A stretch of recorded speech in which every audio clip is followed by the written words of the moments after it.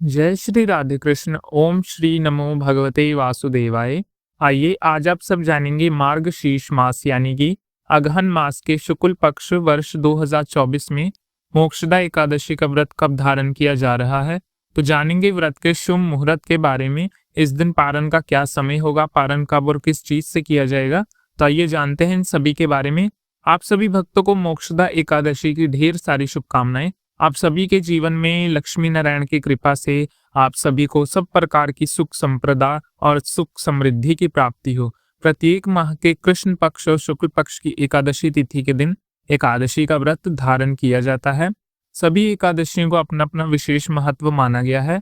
इसी प्रकार से मार्गशीर्ष मास के शुक्ल पक्ष की मोक्षदा एकादशी, इसे मोक्ष प्रदायिनी एकादशी के नाम से भी जाना जाता है, क्योंकि जो भी व्रती इस मोक्षदा एकादशी का व्रत करता है उसे भगवान विष्णु द्वारा मोक्ष की प्राप्ति होती है। और मोक्षदा एकादशी व्रत का अपना विशेष महत्व भी माना गया है। जो भी भक्त सच्ची श्रद्धा के साथ, नियम और निष्ठा के साथ मोक्षदा एकादशी का व्रत धारण करते हैं, उन्हें करोड़ों जन्मों के पापों से मुक्ति मिलती है। इस दिन भगवान विष्णु, माता लक्ष्मी का और भगवान श्री कृष्ण के दामोदर स्वरूप की पूजन की जाती है।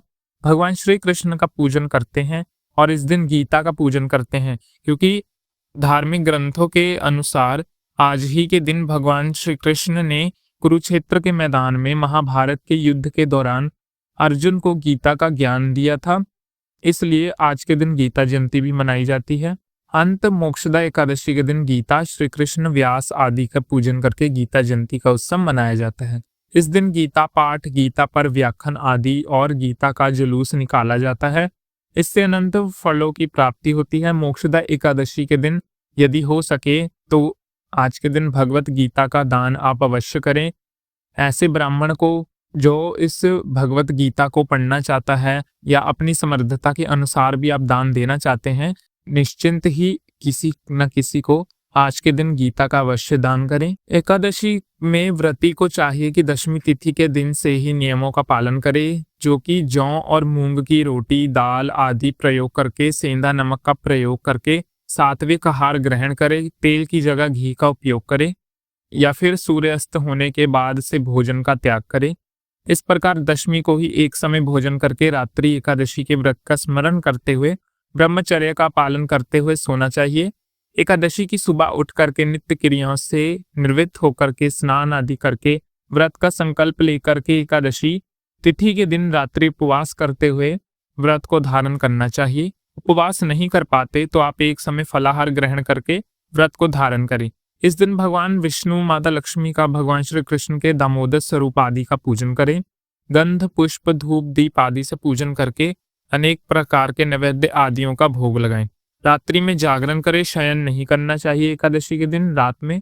और अगले दिन जाकर के द्वादशी की सुबह उठ करके नित्य क्रियाओं से निवृत्त होकर के स्नान आदि करके शुद्ध वस्त्र धारण करके भगवान का पूजन आरती कर लें। इसके बाद ब्राह्मणों को भोजन करवाएं, ब्राह्मणों को दान और दक्षिणा दें और फिर समय अनुसार अपने व्रत का पालन करें। इस प्रकार करने से व्यक्ति को मोक्ष की प्राप्ति होती है। इस एकादशी तिथि के प्रभाव से मनुष्य के अनेक प्रकार के पाप और ताप नष्ट हो जाते हैं और इसलिए इसका नाम मोक्षदा अथवा मोक्ष प्रदायिनी एकादशी है, यानी मोक्ष प्रदान करने वाली। तो आइए जानते हैं मोक्षदा एकादशी व्रत के शुभ मुहूर्त पारण समय के बारे में। सबसे पहले जाने एकादशी तिथि प्रारंभ समय। तो एकादशी तिथि प्रारंभ समय 10 दिसंबर 2024 दिन मंगलवार को रात्रि 3:44 से और एकादशी तिथि की समाप्ति 11 दिसंबर 2024 दिन बुधवार रात्रि 1:25 पर होगी। तो एकादशी का जो व्रत है, जो कि 11 दिसंबर दिन बुधवार को सभी भक्तजन एकादशी व्रत धारण करेंगे और व्रत का जो पारण है वह हरिवासर समाप्त होने के बाद किया जाता है। हरिवासर का समय द्वादशी का पहला चौथाई हिस्सा हरिवासर का होता है। द्वादशी तिथि की जो समाप्ति है वह 12 दिसंबर 2024 दिन गुरुवार को रात्रि 10:27 पे द्वादशी तिथि की समाप्ति है। व्रत का पारण 12 दिसंबर की सुबह 7:07 से लेकर के 9:09 तक मोक्षदा एकादशी व्रत का पारण किया जाएगा। इस व्रत का पारण गोमूत्र, पारम गोमूत्र से व्रत का पारण किया जाएगा। यदि ये संभव ना हो तो जल, फल या तुलसी दल से व्रत का पारण करें। 11 दिसंबर को ब्रह्म मुहूर्त का जो समय है वह सुबह 5:15 से सुबह 6:09 तक।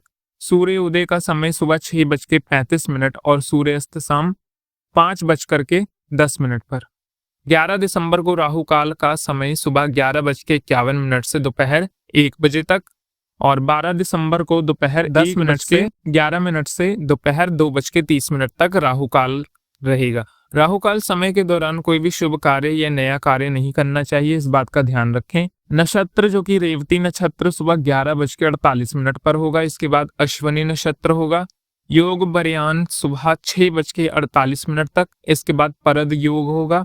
11 दिसंबर को रवि योग भी बन रहा है जो कि सुबह 7:04 से 11:48 तक होगा। इस दिन भगवान का पूरे विधि विधान के साथ पूजन करके कथा श्रवण करें, भगवान की आरती करें, पुरुषोक्त मंत्र आदि का पाठ या श्रवण करें, विष्णु सहस्त्र नाम आदि का पाठ करें या श्रवण करें, तो ये बड़ा ही पुण्य फलदायी होता है। एकादशी व्रत रखने वाले को शुद्ध और सात्विकता का पालन करना चाहिए। व्रत के दौरान किसी के ऊपर क्रोध नहीं करना चाहिए। अपने मन में किसी के प्रति ईर्ष्या या द्वेष का भाव नहीं लाना चाहिए। ब्रह्मचर्य का पालन करना चाहिए। भगवान नाम स्मरण करते हुए समय को व्यतीत करना चाहिए। इससे पुण्य फलों की प्राप्ति होती है। भगवान विष्णु अपने भक्तों के सभी प्रकार के पाप और तापों को नष्ट कर देते हैं तथा सुख और समृद्धि का आशीर्वाद प्रदान करते हैं और अंत में भगवत धाम की प्राप्ति होती है। तो आशा करता हूं कि ये जानकारी आपको अच्छी लगी। इसी प्रकार से ज्ञानवर्धक जानकारियां पाते रहने के लिए, व्रत कथाओं के बारे में जानने के लिए हमारे चैनल को सब्सक्राइब कर लें। और हाँ, हमारे YouTube चैनल पर मोक्षदा एकादशी की व्रत कथा जल्द ही अपलोड होने वाली है, तो उसको भी श्रवण करना ना भूलें, क्योंकि एकादशी का जो व्रत है वह एकादशी व्रत कथा सुनने से ही संपूर्ण माना जाता है। तो हमारे चैनल को पहले से सब्सक्राइब करके रख लें ताकि व्रत कथा की वीडियो जब भी हमारे चैनल पर अपलोड होगी उसकी नोटिफिकेशन सबसे पहले आपको मिलेगी।